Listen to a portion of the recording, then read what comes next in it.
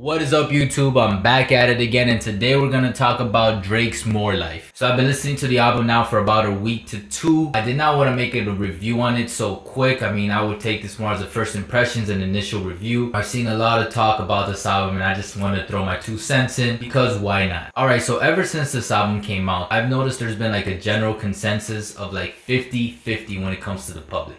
50% of people love the album, they really fuck with it, and they love all the vibes and sounds that Drake is throwing out there. Then the other half hates it. They probably only like 1 or 2 or none of the tracks on the album, and they think, you know, Drake's time is done. Critically, I've seen that this album is doing pretty good. From my observation, I think judgment on this album relies solely on 2 fundamental views, and that is, if you're a hip-hop head, if you're a rap fan, and that is your preferred genre, or that is like the only genre you really listen to and stick to, I've noticed those are generally the people that don't like this album. And then if you're a music fan and you like to jump around different genres and you don't really have a strong preference towards any particular, you just enjoy music, if you like it, you like it, if you don't, you don't. Those are the listeners that I've seen actually like this album. And I think that's important to point out because on this album, Drake throws in a lot of sounds and a lot of genres and artists that aren't just one narrow focus. It's spread out, it's universal. That's one thing I really like about this album. I mean, Drake has never been a rapper that solely sticks down one avenue. From as far as to the So Far Gone mixtape, you could see that Drake was always experimental and semi-innovative in the way he approached hip-hop. He would always fuse different sounds to it, and I think that is more apparent now than ever with More Life. I think on More Life, Drake is doing something that no rapper or no hip-hop artist has really done before, at least not that I can recall, and that is embracing the international cultures all around our world. And I think part of the reason Drake is doing that is because he wants to be a superstar, an international icon, phenomenon, who can be recognized anywhere, no matter what country, what state, what province, what city he lands in. And it's a pretty hefty goal he has in mind. It makes sense at this point. Drake has kind of done anything any rapper could aim for. He's had the hits, he's had the #1s, consecutive #1 albums. Drake is competing with goals that are historic, goals that probably didn't even exist for former artists or that other artists have never touched or very few artists have ever reached. And on top of that, Drake has always been a forward artist. He's one of the first wave of rappers that are called like the internet rappers, you know, along with Wiz Khalifa and Kid Cudi. They blew up on the internet. That was during, you know, the late 2000s, and before that it was very rare, or it had never happened, where a rapper or an artist, you know, blew up almost solely based off the online underground. I think with this album, because of the internet allowing us to have more connectivity than ever, really closing in and making this world more universal than it ever was, I think that's why Drake is embracing all these different sounds as well. You can watch British TV shows anywhere online now. You can watch Korean shows. You can watch anything from any culture online for the most part. I think him and his team are aware of that, and I think that's also partly why he's embracing all these international artists. It makes sense at this point. He's not just a Canadian celebrity or an American celebrity. This guy is known around the world, and he's embracing that more than ever. And I feel like that's also part of the reason why he's doing what he did with this album. That was quite a tangent. And then I've seen a lot of memes and criticism on like Drake stealing slang or copying other cultural terms and phrases. Well, he's not even American, first of all, even though we kind of treat him like he's an American rapper for the most part, and that he's just biting other artists. Well, first of all, art is copying. Good artists copy, great artists steal, and nothing in art, music, entertainment is original. It's all just a copy of something. You know, if you want to get into that, that's a rhetoric for another day. I will say, I feel like a lot of times listeners forget that what artists write about, like any musician, what they write about is what they're experiencing in their life. Like I said before, Drake is an international superstar who's traveling around the globe. So this guy picks up some slang from around the world and he wants to share it, or he's used to using it with like the people that he's around with at that time. So I mean, I don't know. I feel like people are putting too much emphasis on that. Like, let the guy live. He's just using terms that he's picked up recently. So what if he picked it up like a couple months ago? He made friends with them. He's cool with Skepta. He's cool with Gigs. He's cool with like other UK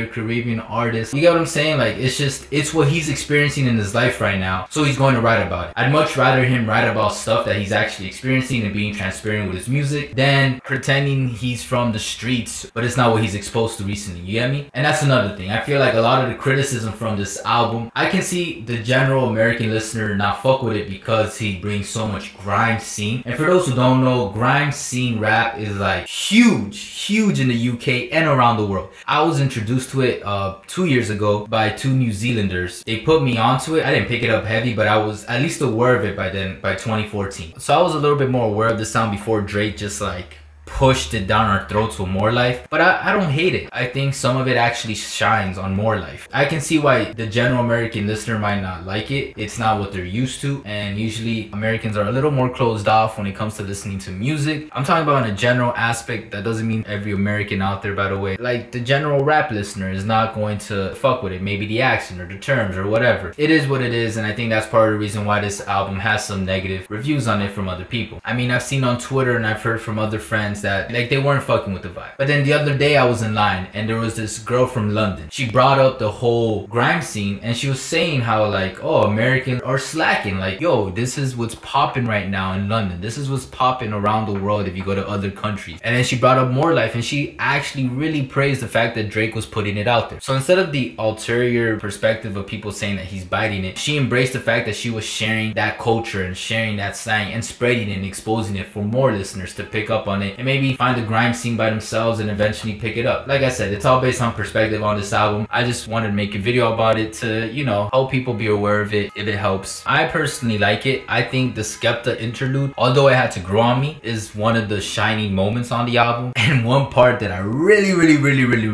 like. It actually didn't stand out to me until like maybe like the 4th, 5th listen of the song. But on KMT, when Giggs goes, Batman,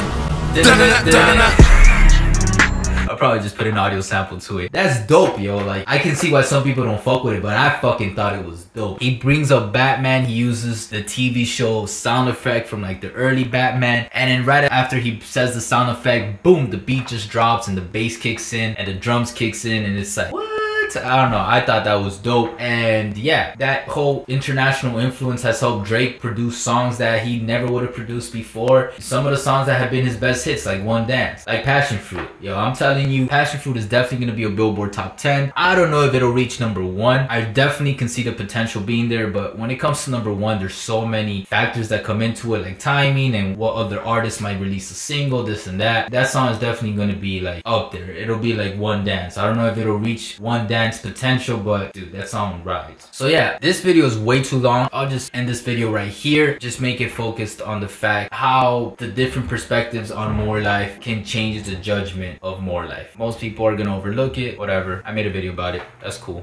If you like this video, give it a thumbs up. Leave a comment down below. I'm very interested to hear how other people feel about this album, what they think about it. I'll do another video on the actual sound, the album, and the whole playlist concept Drake uses approaching this album. I wanted to make it all in one video, but I can tell it's gonna be too long. Until next time, oh yeah, follow me on social media, check me out, Until next time, take care. I'm blamed for real, I might just say how I feel. I'm blamed for real, I might just say how I feel.